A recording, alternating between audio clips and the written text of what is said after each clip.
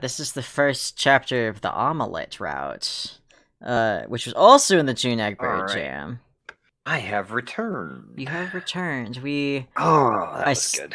I started to introduce this, but I didn't really finish. E. We've got the June Egbert. Sorry, we've got the Omelette Route fic, which is in the June Egbert Jam, and it's also in the on the topic of gender collection, which I'm not sure what that is, but that's cool. I don't know.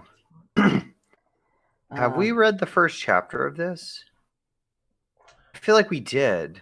Yes, we did read the first chapter of this. okay, all right. We're on chapter 2, I believe. Rad. Okay, cool. Yeah, because I left Curtis on it. Uh, Uh, all right. So what happened? We've got what's tags? No archive warnings apply. It's routine up audiences. We've got several flavors of transgender. Trans female character, trans male character, non-binary character, depression, gender dysphoria, gender euphoria, dissociation, temporary character death, post epilogues, alcohol, trickster mode, unhealthy coping mechanisms. Boop. Internalized transphobia, discussions of sex, canon typical violence. This is a June fic. Don't let the excess plot fool you. 22 fics. We are on 2 of 22. 22 fics. 22 chapters. We are on chapter 2 of 22. We've got. We have no June ships in here, but we have. No. Yeah, we have. Yeah, whatever. Okay, we'll figure it out. Yeah. We've got Roxy, June narrator, and like one line from Dirk. Yeah. The notes for this chapter are: just want to say thanks so much for all the support already. I'm glad to see everyone's just as rabid for June as I am, lol. The first arc is notably less gender focused and more on the weird meta plot shit side, but sometimes you need to solve the epilogues before you get to savor choice character introspection. Just think of it as June's realization being so slow burn the entire plot lines play out before the penny drops. Nice. Yeah, alright, so we've got a June, a Roxy, and a narrator and one Dirk line. Well, I'm legally required to do the Dirk line. You are. I'd like to. I kind of like to do the narrator on this. Okay. Change it up a little. Rad. Well, Well, one of us can be Roxy and one of us can be June. So, which? Wait, am I looking at the right thing? We switched to chapter 2 because we are no longer on chapter 1. Sorry. We read chapter 1 last week, and I forgot to change the. Belmont's had to duck out. Okay, cool. Yes, cool. Yeah, sorry. Awesome. No worries. No, I was just in the bathroom. Yes, we are now on chapter 2, 1, because chapter 1 was a prologue. Thank you, Archive of Our Own. So that's why I'm confused. Okay. Yeah. It's chapter 2, chapter 1. Like Act 6, Act 6, Intermission 3. You had to mention the exact act that is game over. Fuck! Not on purpose! But I can take Roxy. Okay, yeah, that works. I've done June before. I like doing a June voice. Nice. Cool. Alrighty. I guess A&R whenever you are ready. Yeah. John? Holy shit, John, it's you. You crack your eyes open. The skin around your eyelids feels heavy, like the muscles haven't been used in far too long, and like they're coated in a weighty substance. You don't have your glasses, so the form in front of you is a hazy smudge, but you're fairly certain it's... Dave? Your voice does something funny that you can't quite explain, but you put that aside for now. Dave stands before you and makes your stomach lurch and throat tighten. Jesus. You've only been back in your existence for a few seconds and you're already crying? Only... What are you wearing? He's decked out in something loosely shaped like a god-tier garb to your faulty eyes, but it's not the crimson shock of the Night of Times look. The outfit is a deep blue with a different symbol on the chest, and you can't really see a cape anywhere. Beneath his shades, you can make out the dark blue band of an eye mask. In fact, it almost looks exactly like... Oh, yeah, lol. It's Roxy, not Dave, dude. Wow, you not having your glasses is really making you blind, huh? You realize now that the voice speaking to you is not Dave's.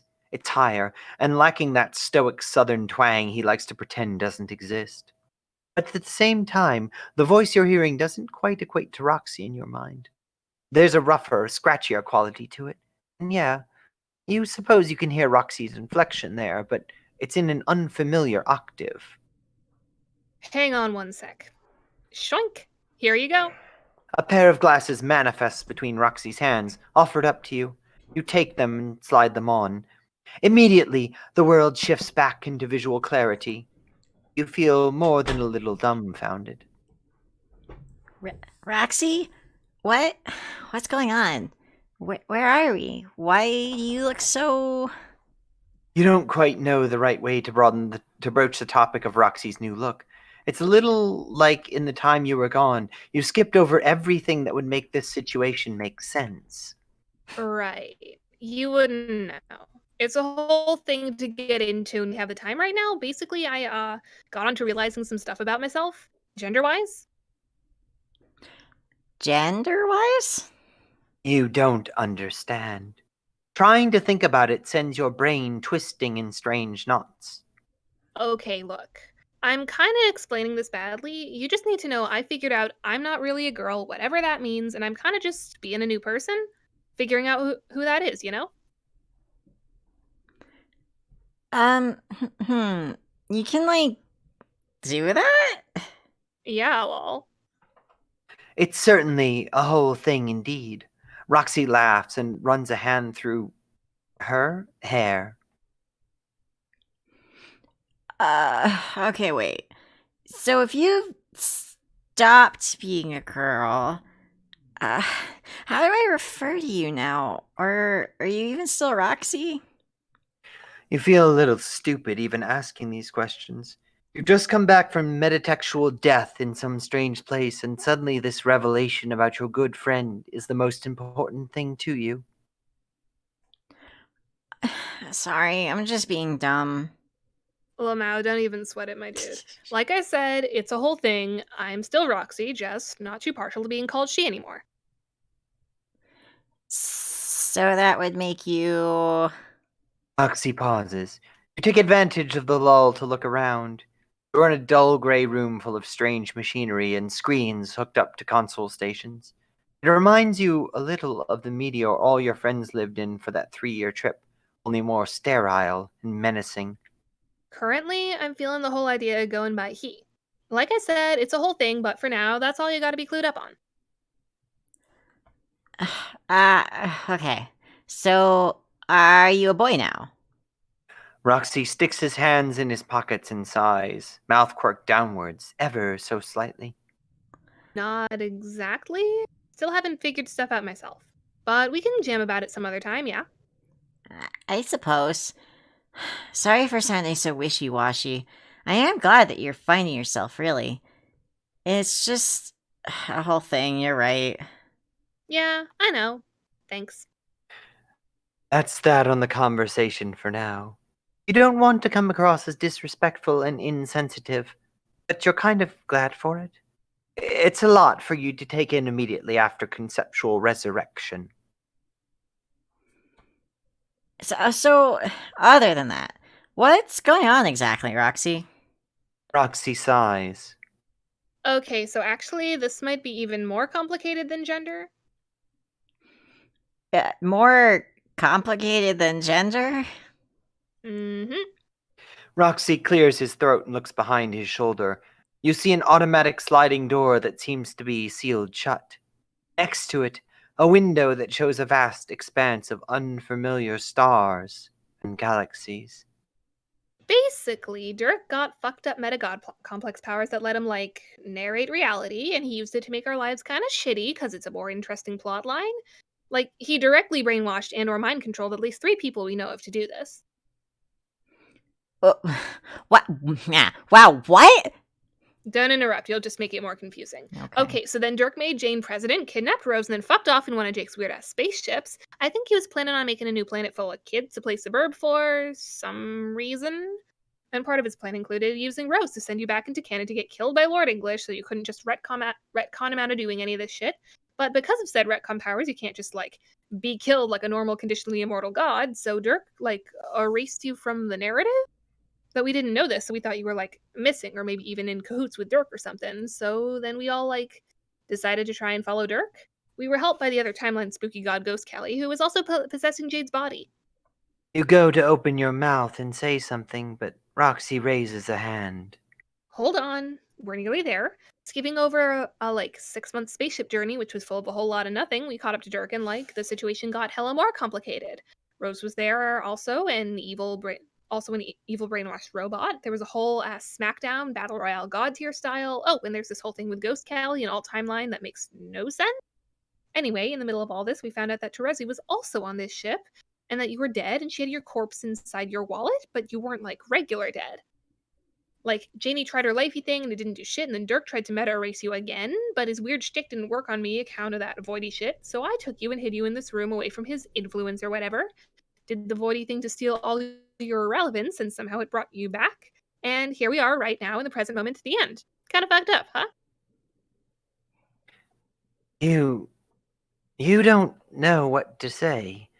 There's just this whole moment where you can feel your brain trying desperately to make any sense of the situation. Before you can speak, there's a noise from outside.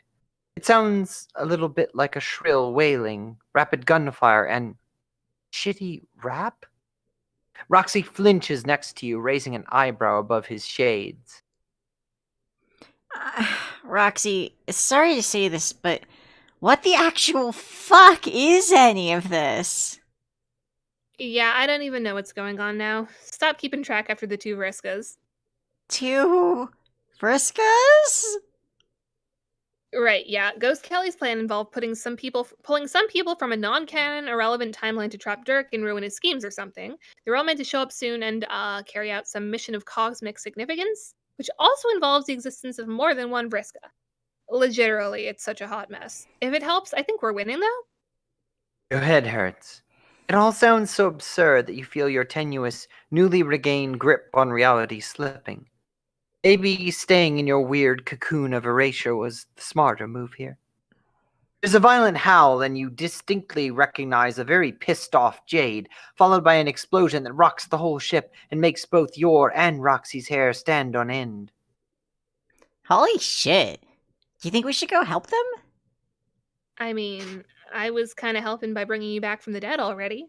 Speaking of which... Roxy turns to face you and lowers his shades. Meeting the bright pink of his naked gaze instills the same chill down your spine as seeing Dave's bare face, even though you'd seen Roxy's eyes pretty much every day until your mission. This new Roxy has the kind of powerful energy you can barely comprehend. His lips twitch into a frown. Feeling all right? You're looking kind of pasty. Also, I'm literally unsure of the ramifications of recanonizing a whole person, so I'm kind of worried. Yeah, I mean, I feel a little shaky on my feet, but otherwise I'd say I'm alright. Only because, your voice? My voice? It sounds like a little disembodied from reality, if that makes sense. You swallow sharply, suddenly hyper-aware of a disconnect between you and your body. It almost feels like the essence of you is floating a few feet above your body, a body which you only register as you through conscious decision. It is a consequence of your meta-death and Is it a consequence of your meta-death and subsequent meta-resurrection, or no? You remember, this feeling of peeling loose from that mold that comprises you was part of what led to your downward depressive spiral in the first place. It's a feeling that maybe been with you forever, and shedding a light on it suddenly makes you scared as shit. So you try and bury it before it can start hurting. What? I sound like I always do, or at least I feel that way. Really? Really, I'm fine, not at risk of metaphysical dissipation in the slightest. Well, if you say so. Everything in Roxy's tone says he doesn't believe you, but he's willing to concede the point rather than engage in a circular discussion about whatever's truly eating at you. Now is neither the time nor the place. And luckily for you, the moment is interrupted by the crackle of static, a PA system coming to life. Glance at Roxy shows he's just in the dark as you. You can hear the sounds of scuffle over the speakers. yelling, a haphazard deployment of strife specify, and a few choice alternating curse words. And then a voice cloaked in such pure panic that you feel it reverberate through your own body in sympathy. Jake, seriously, I won't hesitate. You look at Roxy and say, Roxy, I really think we should. which is when the wall bursts open in an eruption of pure white. Ooh, woo. Ooh, Oh, woo. whoa. Uh-huh. Yep, that's all I'm putting in the Neato. comments this time.